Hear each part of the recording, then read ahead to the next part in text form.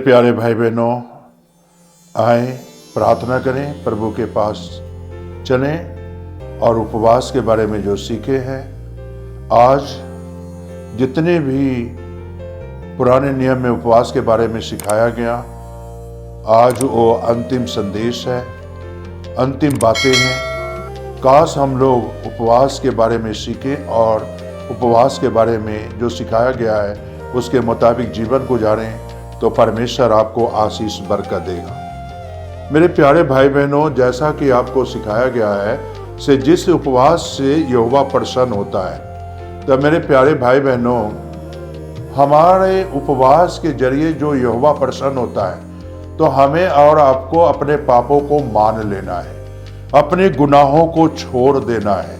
तो आप जितने भी वचन में आप देखे हैं, तो मेरे प्यारे भाई बहनों, इस्राएली लोग गुनाह को मानते थे, पाप को छोड़ देते थे, तो परमेश्वर जो है उनसे प्रसन्न होता था और उन्हें जिंदगी में जीने का तरीका बताता था, और उस उपवास के जरिए इस्राएली जीने का तरीका सीख जाते थे। उपवास के जरिए जो है लोग जो है आशीषित पाते थे। तो आज ये वचन जो है हमें जीवन जो देता है, जीने का तरीका सिखाता है। उस उपवास से यहोवा प्रसन्न होता है, जो कि आज हमें और आपको रखने की जरूरत है। उपवास हम सिर्फ दिन भर रोटी ना खाएं तो ये उपवास की गिनती नहीं है। हमें और आपको वचन भी पढ़ना, जैसा कि आज ही बताया गया है, वचन पढ़ना जरूरी है, वचन सीखना जरूरी है और वचन के मुताबिक अपना जीवन गुजारना भी जरूरी है। तब वो परमेश्वर आपको खुश होगा और आपको आशीष और बरकत देगा।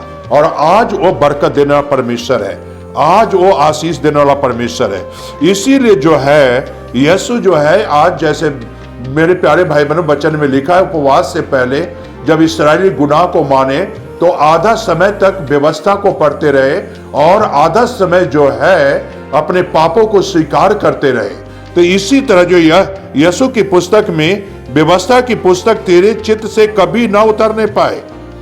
यहाँ यीशु क्या कहता है इस्राएलियों को, किसी व्यवस्था की पुस्तक तेरे चित्त से कभी न उतरने पाए, और कभी जो है उसे भूलना नहीं है, हमेशा याद करके रखना है और चित्त से कभी न उतरने देना। इसी में दिन रात तो ध्यान दिए रहना। यहाँ जो है, जो आधा दिन जो इस्राएली व्यवस्था को पढ़ते थे और पाप को मानते थे उपवास के जरिए, तो यहाँ जो है उस व्यवस्था को जो है ध्यान से जो है सीखते रहे और उनके दिल से जो है दिल की गहराइयों से उतरने नहीं पाया। तो मेरे प्यारे भाई बहनों, ध्यान दिए वो लोग। तो कुछ उसमें लिखा है, उसके अनुसार करके हुए तू चौकसी करे, तो ऐसा करने से तू सब काम सफल होंगे और तू प्रभावशाली होगा। मेरे प्यारे भाई और बहनों, यहाँ यहोवा क्या कहता है कि से तुम ऐसा करोगे तो आशीष पाओगे। और इसीलिए इस्राएली उस समय में आशीष पाए, जो आधा दिन उपवास करते रहे और आधा दिन व्यवस्था पढ़ते रहे। तो मेरे प्यारे भाई बहनों, उपवास का फल उनके गोद में आ पहुंचा और इसीलिए व्यवस्था की पुस्तक पढ़ते रहे। जो व्यवस्था था और जो व्यवस्था दिया गया था हम लोगों को, वो जो है परमेश्वर के सामने पढ़ते रहे। आधा दिन पहले व्यवस्था पढ़ा, आधा दिन के बाद जो है पाप को स्वीकार करते रहा।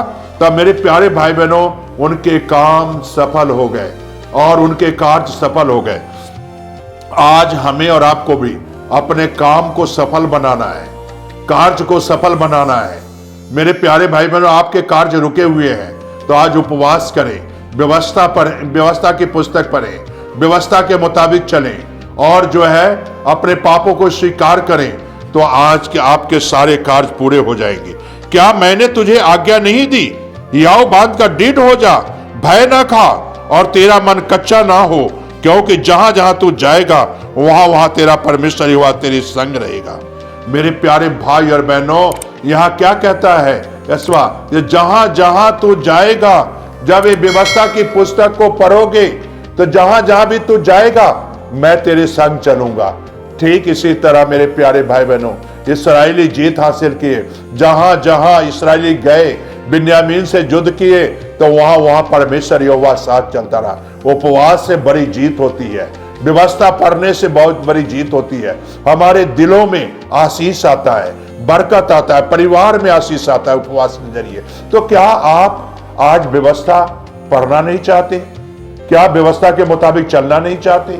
आज मेरे प्यारे भाई बहनों, ये लास्ट संदेश है पुराने नियम की, उसके बाद नए नियम शुरू होगा।